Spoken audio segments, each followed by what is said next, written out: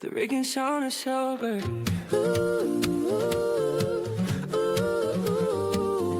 Oh yeah. Smart moves, smart doors. That's the way to go. For every rental dream, they help the numbers flow. Before you buy, after you close, they help you know. Welcome to the Rick and Shauna Show. Welcome back to the Rick and Shauna Show, Property Management Unfiltered. And we're going to have a discussion today that comes up quite often. And it really doesn't come up so much with owners. It comes up actually between us. Yes. And it's that sometimes property managers can be looked at as the bad guy. Yes. Very candid conversation Yeah. today about how we appear as the bad guys in the situation, the bad cops. Yeah, and there's a number of reasons why this happens. Yeah. All jokes aside, as property managers, we actually have a really big responsibility to take care of people's properties and tenants and the tenants. There's that healthy balance between keeping the tenants happy and keeping the property owners happy, and that comes with a lot of juggling. And somebody's got to do it. Yeah, so and that's that's really between everyone when you think about it. That's between inspectors, Section 8 inspectors. It's it's all of these things. It's just kind of making it all work, making all the pieces fit together, right? And amicably, and so everyone is happy. Everyone's happy, and traditionally, sometimes that doesn't just work out, and it's not because we're not doing the right thing. It's because we are. Yes, and that is it right there. It's because we are. We are the ones who are making those uncomfortable calls, protecting the properties, keeping the tenants happy, making sure the owners get their money or they stay profitable, and inspections and Section 8 and so on and so on. So we're going to talk about that a little bit, right? Yeah, absolutely. So where do you want to start? Well, we might as well just keep going with that particular topic there and being the middle person. We are the middleman for everything. So, there is a lot of behind the scenes things that happen when you have a property management company. And thank God you do. Let me just tell you that. As a property owner with a property management company, it's not just Rick and I working, right? We have a whole team sitting out here in the hallway, and every single day there's something different. And I know I've been doing this for 20 years and you about 12, and there are things that still amaze us that we have to sit down and go through and figure out before we even get to a point where we're informing anyone of what's going on. All the background stuff, the stuff that happens behind the scenes, and what I mean by that is that sometimes the scenarios that come up, we actually have to do some research. Oh, a lot of research. Most of the stuff we just know, but it seems like there's always that thing that comes up. We're like, well, wait a second.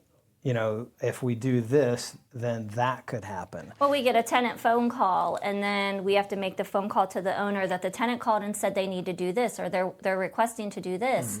Somebody wants to come off the lease, and somebody else wants to take their place. Right. It's not just that easy. Right. And we're playing that middleman between every single one of these scenarios. Yep. And traditionally, when playing that middleman, there's going to be somebody on the receiving end of it that doesn't hear what they want. Oh, there's always going to be that. Right. It's very seldom that both parties go, oh, yeah, that's great. Yeah. That's great. I mean, it does happen. But, the biggest thing is that there's certain things that, we have to enforce. We have to enforce, there's fair housing laws, there's the lease that's in place. And there's a lot of information that's in those things. The lease, there's a ton of information in there, and to be honest, owners and tenants truly don't understand all of it. Right. They're counting on us. Well, I hired you as my property manager. Right. Figure it out, right? Right. And being that middle person means that you really, honestly, you can't take anyone's side. You have to completely stay neutral because that's the professional way of doing things, right? Yeah. And you still have to figure things out. You still have to do all the research, and you have to come out with an answer that, is right for everyone. Doesn't Right. mean everyone's going to be happy, but it's right? Right. The lease, we have to enforce the lease, We have right? to enforce all the policies. All of it. There's All such of it. a big list on there, and by doing that, by enforcing those things, there's going to be somebody that's upset. Somebody thinks they should be able to have a pet. Unauthorized occupants. They think that they could just, hey, I can just bring somebody in, right? Oh, we just ran across We that, just ran right? across it. I just had somebody move in. It was a property we just took over. Mm-hmm. And we get there to do the walkthrough, and there's a roommate. Oh yeah, by the way, I need to add him because he just moved in. We're like, wait a minute, that's not how it works. You can't just do that. Right. So then you have a tenant upset. Yes, And exactly. and who knows what that could result in. That's right. That depends if are they under terms. If they're not under terms, they can say, well, that makes me mad that they wouldn't let me have the pet, or they wouldn't let somebody else be on the lease, or whatever hoops they have to jump through. Yeah. And they may just decide that I don't like that. Yeah, I don't like that. I'm going to go. I'm going to go. I'm leaving. Yeah, so that's that dance that you play, because we're enforcing these policies for a reason, Yeah. but it could create another situation. Right. Well, I mean, it's in the lease. So, it's like enforcing a lease isn't just collecting rent. It isn't just saying, oh, well, your rent's due and your lease says that your rent is due. It's all of the other things that we get on a daily basis, phone calls from these tenants or property owners. We have property owners also that would like to, modify a lease, and you can't do that when they're in a term. Some property owners don't like that, or they don't understand that, or they bought the property and now they want to raise the rent, but they still have 6 months on a lease, and they don't understand why they can't do that. Or they just want to change some type of policy at the property. Like, hey, you have to park in these spots. It's like, well, when I signed that lease, it said they were open. I could park anywhere I wanted. Now you're changing. That's a big one that we get when we take on somebody else's lease. And, when we represent a property owner that buys a property where it was different with the old property And owner. they're still under terms. Well, and they're still under terms or not, but sometimes it's my old property manager picked up my rent and said I could pay cash. Big one. We don't do that. Yeah, we so don't do now we that. have to enforce this change, right? So there's these changes. People do not like change. They don't like changes, Not and one person. that's a big one. Like, honestly, if my old landlord picked up the rent, we're not going to do that, and we have to say that in no uncertain terms that we're going to draw the line in the sand with it, not and how you're we going to do it. have to do business this way. Yeah, And that's challenging because we don't want a tenant to leave, Nope. but yet we want the process to go smoothly. Yep. That could influence what that tenant does by what happens, the result of that. Anything we say could create a problem. It could create a problem, and it's not only a problem for the tenant, they feel it's a problem for them, but it also can create a situation for an owner. Yeah. Because he could lose That's rent. it. Right. He could lose tenant. Well, and it's our job to say it in a manner that is understandable to everyone, right? Right. So people don't like change, so we're the bad guys when we present it. People, want a pet, and we say no. They have to understand, and we have to put it in a term that they can understand and that they are okay with. Right. But that doesn't always happen. So no matter what instance in that scenario where we're enforcing a lease, we're the bad guys. 100%. We're the bad guys all the time. Yeah, we're gonna, and the thing is that we can be bad guys on the other end of it too. So when it comes to an owner, sometimes we end up being that bad guy to the owner because we're going to hold the line on these policies, not because we're just trying to play hardball. Right. It's that these are things, this is a protection. This is going to protect you as an owner. It's going to protect the tenant. It's also going to protect the property management company. Yeah. Because if we don't do these things, especially with the fair housing, and many times owners have just a very little knowledge. Yeah, city code and fair fair housing. housing are so important. And guess what? You do not argue with either of those. You have to do a city code inspection. You have to do the repairs. And likewise, fair housing, You have to follow the rules. And there are times that we have owners that don't want to. And so we're the bad guys when we tell them, we can't do that, I'm sorry. That's going to put you and us in a spot that neither one of us want to be in. And it may be the first time they're hearing this. Oh, because maybe whoever they had, Yeah. maybe the property manager they had before was, just letting it roll. Yeah. Yep. And all of a sudden now we're going to hold them accountable. Yeah, and they've never heard it before. And now they don't get it. They don't understand it. Don't understand Why it. are you doing this to me? Yeah, and all these things come into just even like we have this one all the time, the maintenance thing. Mm-hmm. The maintenance thing is kind of a big deal because, tenants feel that, hey, these things should be done at the property, especially when it comes time for a renewal. Oh, yeah. So That's rent's, the biggest yeah, one. the rent's going to go up, and so what's going on my property that makes it worth, $100 more a month? Is it just market rent? I haven't had the carpet replaced in 5 years. Yeah. Hasn't been painted in 10 years. What are you going to do for me? What are you going to do for me? Yeah. Yeah. So it's a tough scenario. There again, we have to be. We're right in the middle of it. We're the middlemans, and we're going to deliver. There's no doubt we're delivering some bad news somewhere. Absolutely. Absolutely. But those are the things like especially with the maintenance, you can push this maintenance off, right? Yeah. You can push the maintenance off. Could. There's certain things, cosmetic things that people want. And yeah, you can defer that maintenance a little bit, but you have to be careful. Mm-hmm. You have to be careful about how you're deferring that maintenance because you could be upsetting your tenants. Yep. The appreciation in your property won't be as good. That's true. Because you're not keeping up with those things. So I think always, not always, I hate using that word always, but I think most of the time by keeping your property in the best condition that you can, like within reason, Yeah. right? Keeping up with it is always going to put you in a better spot for a lot of reasons. Yeah. You're going to have the property's going to look better, it's going to Yeah. rent faster, the tenants are going to be, happier, Mm-hmm. especially, when it comes to that time for renewal. Yeah. If they say, hey man, you guys have been taking great care of the property, love it. Every time I call, you guys come out and take care of things. So that's always a good place to be. Right. Then we aren't the bad guys. But we're not the bad guys to the tenants. On that end, I was going to say, now wait a minute, on this end, Oh, the owner might think we're just trying to spend money. You're just Yes. trying to spend my money. You're just, and we're not. We're trying to, we see the big picture, right? Because we deal with all sides of it. Yep. So number one, do the maintenance, you'll have a happy tenant. And all of that, those little small repairs, whatever they are, adds up when, like you said, we have to increase it. Now you can justify an increase in the property, and you don't just say, well, I'm increasing because that's what I can Market do, rent. It's and market rent. it's market rent, I have the right. You actually have a reason, and your tenant feels like you have considered them, right? I mean, at the end of the day, you still have to have a level of respect for your tenant. 100%. If you do, they take care of your property, Yeah. right? It all goes hand in hand. Trying to explain that to somebody, though, and making sure that a maintenance decision is financial and not emotional. Sometimes a property owner has a lot of emotion behind whether they're going to do that maintenance or not.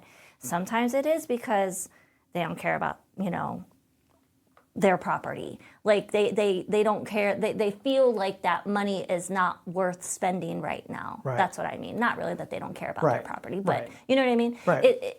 But we would rather, we try to explain to them, we would rather see you do it now than put it off. And we've talked about this in other episodes. Yes. That deferred maintenance that does not do you any good anytime. It's coming. Yeah. You are going to pay it. As a matter of fact, it's probably going to be worse because a lot of it depends on what it is, obviously. Yeah. But there are certain things that if you let them accumulate, you let it go, the problem actually becomes worse. Well, and right. if somebody says, hey, if you would address this 6 months ago, we Yeah. would have been, a fraction of this cost. Probably But started now it's out kind as a small one, right? Small Absolutely. repair, now it's something huge. So that's definitely, that's a big one that we run into between the lease and that those maintenance ones. Fair housing is huge, I think, anyways, and I think that maybe we spend some more time on that, in different episode, but keeping our owners in compliance is huge. And I know a lot of times they don't get it. They don't understand why we're so adamant about sticking to those policies.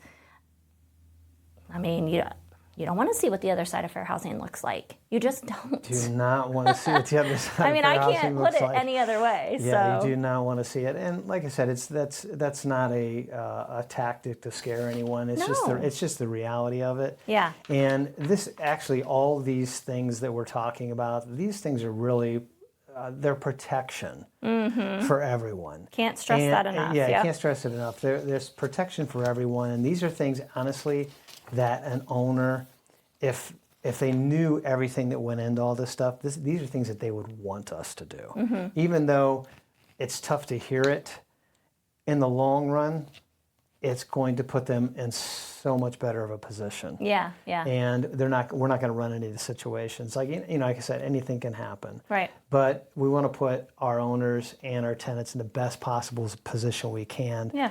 And, hey, if something, goes a little bit south, we're going to do everything we can to shore that up and get it taken care of. But we don't want to start from a point of not doing those things. Right. Like if something happens, hey, look, we're going to react. We're going to figure it out. But we got to start doing these things like, the right things right. Yeah.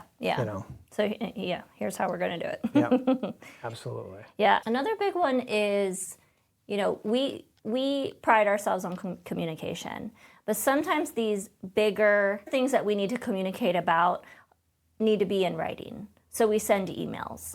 And that is, that's sometimes like a sticking point with a property owner. They want to talk on the phone. Fine, that's fine, we can talk about it, but we need to recap this in an email at least. Now, I don't know where email got off along the way, where some people just don't like to communicate by email, but anything that we do that's big, whether it's approvals or just, decisions that are being made, because we are the middleman and we don't really make those decisions, we influence them because of the knowledge that we have. Right. But sometimes those bigger things are ultimately up to the property owner to decide. We need that in writing. Well, it's accountability. It's accountability, and it's just for 6 months down the road when I didn't tell you to do that and you say, yes, you did. I have it in writing right here. That's the reason. So documentation is also protection for us, for the owners, Absolutely. and sometimes for the tenants. I mean, we have to have it.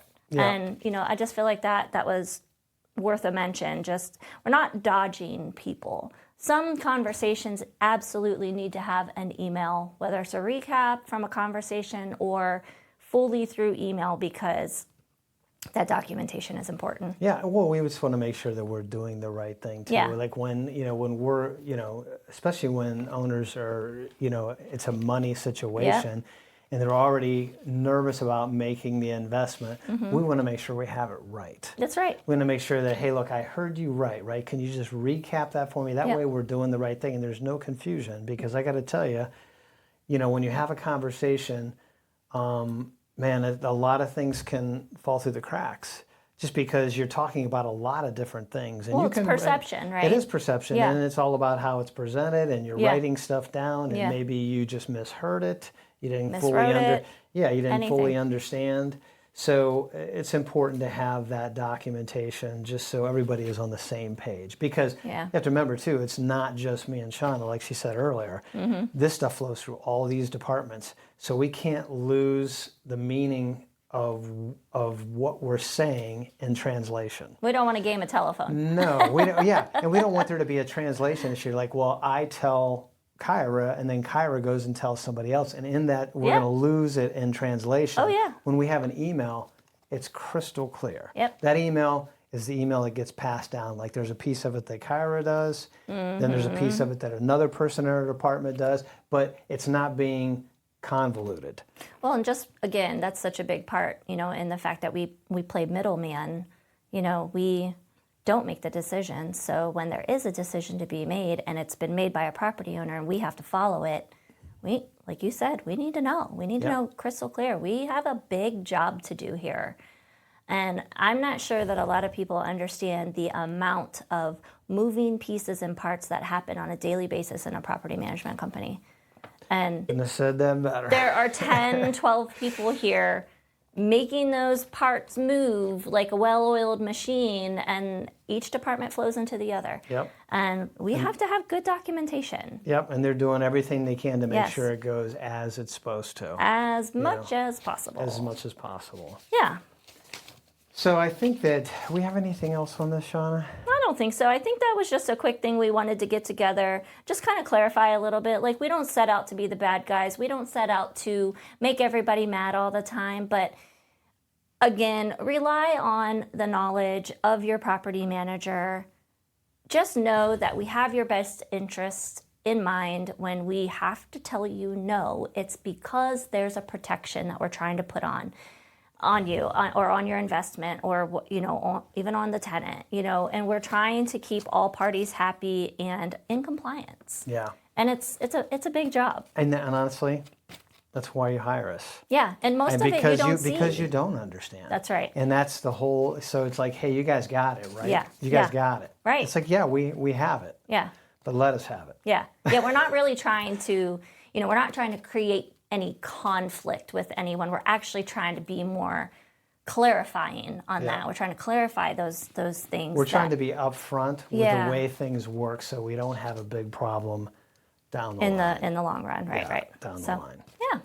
So I think that's it today. So don't forget to like and subscribe. Yep. And we've got some episodes coming up here, and one of them I think is going to have a lot of interest. So hopefully all the owners out there will tune in.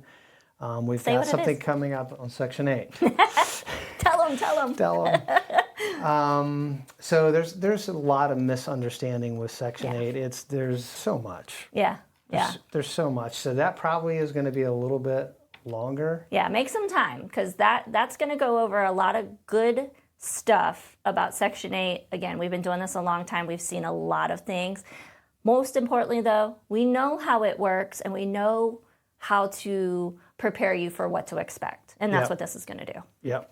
So I think that's going to be a good one. So don't miss that one. Yeah. And I think that's it for today. We're going to wrap it up. Yeah, thanks for tuning in. See you next time.